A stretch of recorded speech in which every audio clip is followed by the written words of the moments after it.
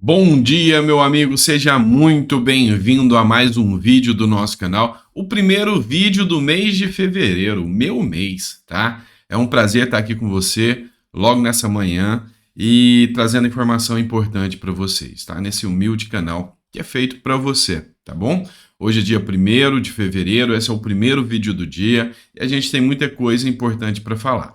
Mas a gente já começa sobre o assunto da a eleição no Senado Federal, que é hoje, e isso pode mudar os rumos da história durante os próximos 4 anos aí, tá? E você vai entender um pouco mais sobre isso. Então seja muito bem-vindo, eu já vou começar com matéria para vocês, tá? Só um recadinho rápido, não é inscrito? Se inscreve, bora lá, rumo a 1.300.000 seguidores. Nesse canal aqui você não tem que parar para preocupar e ficar olhando as notícias, porque a gente já separa tudo, faz um aparato aqui e traz para você, beleza? Olha só essa matéria do Metrópolis, do Igor Gadelha. A eleição no Senado pode mudar os destinos do governo Lula e do STF. Eventual vitória de Rogério Marinho na eleição para a presidência do Senado alcançará um opositor de Lula e do STF no comando do Congresso. Essa matéria aqui é do CNN. Interesses do governo dependem da presidência do Senado, diz cientista político. A CNN, o cientista político Marco Antônio Teixeira, vê o resultado da eleição da presidência do Senado como muito mais importante para o governo Lula do que o da Câmara. Vamos entender um pouco mais aqui. A mídia, ela agora, ela vê como real, como uma possibilidade realmente existente do Rodrigo Pacheco não levar essa lá na presidência do Senado. Antes, quem entrou de salto alto, desdanhando e fazendo chacota com a cara do bolsonarismo, hoje já está com as pernas trêmulas porque sabe que a coisa está mudando. Inclusive militâncias, Felipe Neto, Gregório do Vivier, foram para cima dos senadores para que eles não votem em Rogério Marinho. E mesmo assim, não adiantou não, eles mantiveram o voto e a coisa está mudando. O Gustavo Gaia traz aqui um ponto importantíssimo para vocês. Viramos. 36 já declararam votos a Rogério Marinho ou Girão, 35 para o Pacheco, são 10 senadores indefinidos. Mas desses 10 senadores, com muita possibilidade de virada ainda. Tem possibilidade de virada. O fato é que o intuito inicial foi alcançado: tirar 35 votos do Pacheco. Sabe por quê? Porque a partir do momento que você mostra 35 votos a mais, é um terço do Congresso, do Senado ali. Ou seja, mostra o tamanho da força e a resistência e oposição aos planos Lula e Pacheco. E eu vou mostrar um pouco para vocês o quanto isso é de extrema importância. Mas o jogo continua sujo e é hoje que a gente vai ter o resultado disso aqui.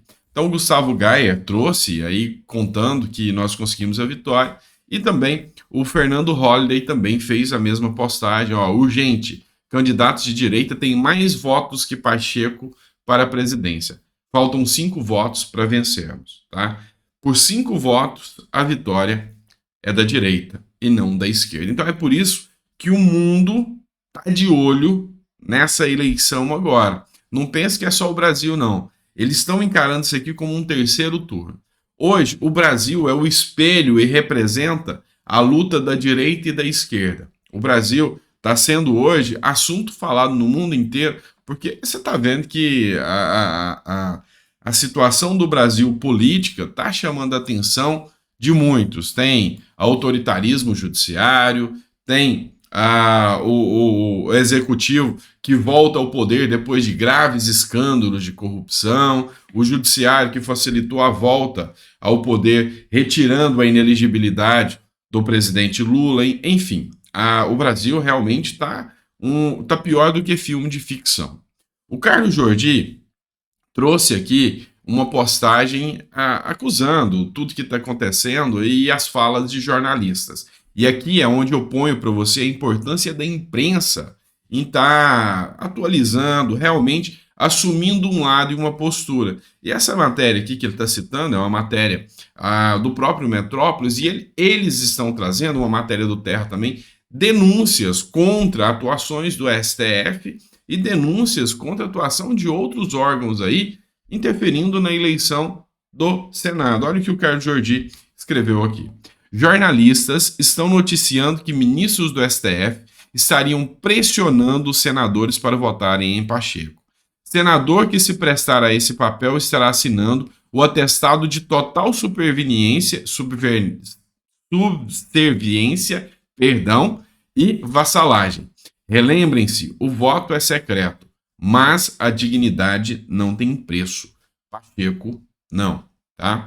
Ou seja, se estão ameaçando, presta atenção, se os ministros estão ameaçando, ministros do STF, os senadores agora, imagina depois da vitória do Pacheco, os senadores estarão à mercê. E isso foi, inclusive, um dos fundamentos do voto do Alessandro Vieira sobre esse assunto, o que vale a pena até a gente analisar aqui. Mas tem mais coisa importante, tá? Até a gente chegar nesse ponto. O Gustavo Gaia ontem, ele fez uma mini live, né? Postou uma live bem curtinha, e ele trouxe denúncias graves, o desespero da esquerda, do PT, tá? E do próprio STF em estar conseguindo a vitória do Pacheco. Tanto é que, segundo informações do próprio Gustavo Gaia, o governador do Rio de Janeiro, que se elegeu com a base bolsonarista, ele está ligando para os senadores e pedindo para que não votem em Marinho e votem em Pacheco. Segundo informações, ele teve uma ligação com o Lula, ele está alinhado a pedidos do Lula, tá? Inclusive também, ao que informa o Gustavo Gaia aqui, parece que tem interferência do STF nisso também. Então, o governador do Rio de Janeiro, eleito como bolsonarista, dizendo que era bolsonarista, hoje faz ligações para os senadores para que eles não votem em Rodrigo Pacheco, para que votem em Rodrigo Pacheco. Essa acusação foi o Gustavo Gaia que trouxe no seu próprio canal, tá? Importante agora trazer também isso aqui, ó, a histeria deles, tá? O Felipe Neto, vocês devem saber quem é um grande influenciador digital, tem milhões de seguidores e assumiu uma postura pró-Lula sem precedentes durante aí esse período eleitoral. Então ele saiu até do foco dele e partiu para o foco da política ferrenhamente. Felipe Neto disse o seguinte ao senador Alessandro Vieira: você se destacou na CPI da Covid contra a gestão genocida de Bolsonaro. Agora apoia o capacho dele para presidente do Senado? Essa vergonha manchará para sempre sua imagem. Ainda dá tempo de mudar. Esse é o senador Alessandro Vieira. Vocês devem saber quem é o Felipe Neto, né? E aqui ele postou uma matéria do Estadão que diz o seguinte: senador que se destacou na CPI da Covid contra o Bolsonaro, né, anuncia voto em candidato bolsonarista. Tá, mas aí o Alessandro Vieira veio e trouxe a resposta. Felipe, aquela CPI seria engavetada pelo Pacheco se eu não fosse ao STF brigar por ela. Lembrando que foi ele que foi ao STF e pediu para que a CPI da Covid fosse instaurada.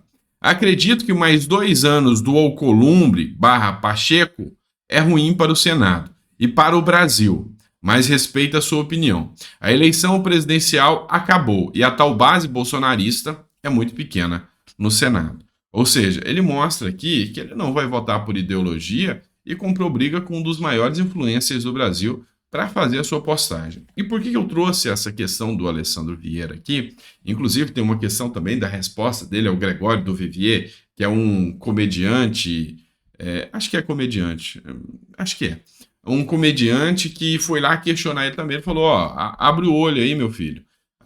O Pacheco segurou muita coisa, o Pacheco, que foi eleito na base Bolsonaro, não fez nada. Agora a gente precisa de alguém realmente para fazer o Senado ter protagonismo. Então, ele que é de esquerda. Então você vê, assim, antagônicos querendo a mudança do Senado. E é isso que está desesperando a turminha do Paz e Amor. Aí é isso que está desesperando muito a turminha aí do Paz e Amor. Como eu disse, tá? Como eu disse, é muito mais importante hoje o Senado do que a Câmara dos Deputados. Mas vale a pena a gente postar isso aqui e trazer para você. O Marcel Van Hatten, que hoje é um nome forte na luta contra a corrupção, combate à corrupção, ele anunciou a candidatura à presidência da Câmara dos Deputados. Mas a gente sabe muito bem, e aqui eu não estou aqui para fazer firula e muito menos fugir da realidade.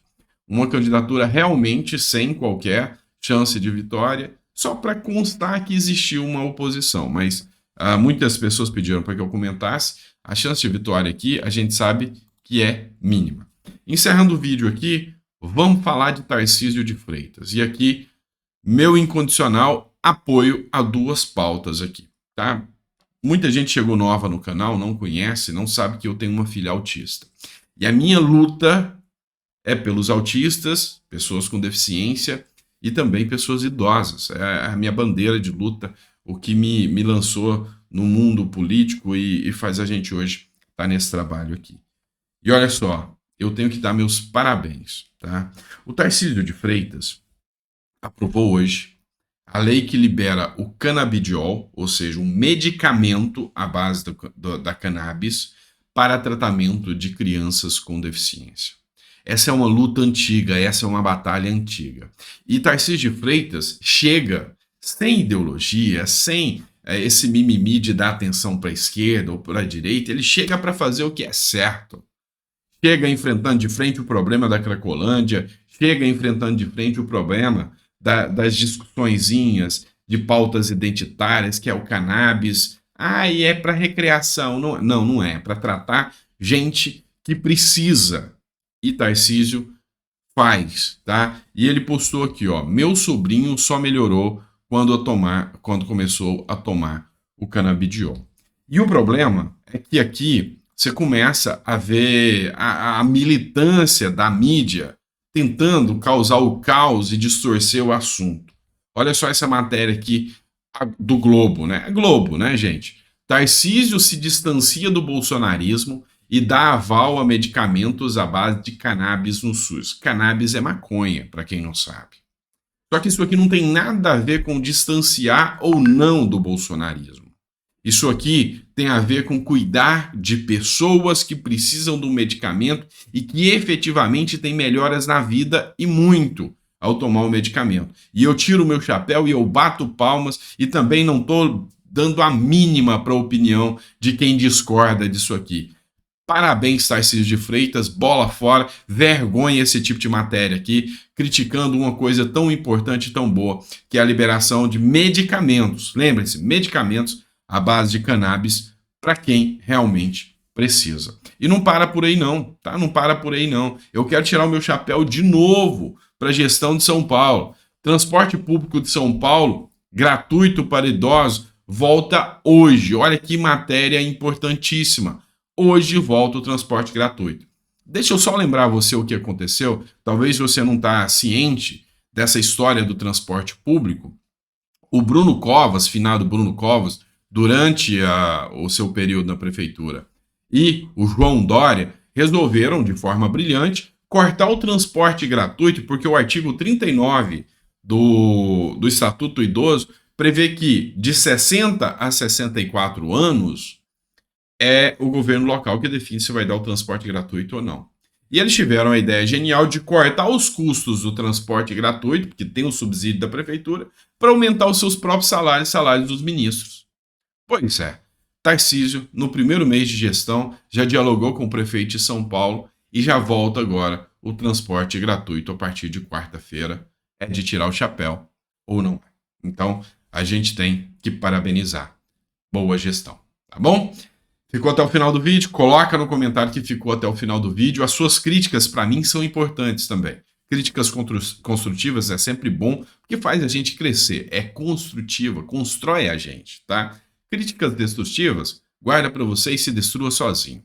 Mas o nosso canal tá aqui para fazer o melhor para você, discutir a política de verdade, sem firula, sem mimimi, mas como ela realmente acontece, para que você entenda um pouco mais. Eu só tenho a agradecer a sua confiança aqui no nosso canal, tá bom? Um grande abraço, um grande beijo, fique com Deus e até o próximo vídeo. Eu volto ao meio-dia com você. Abraço.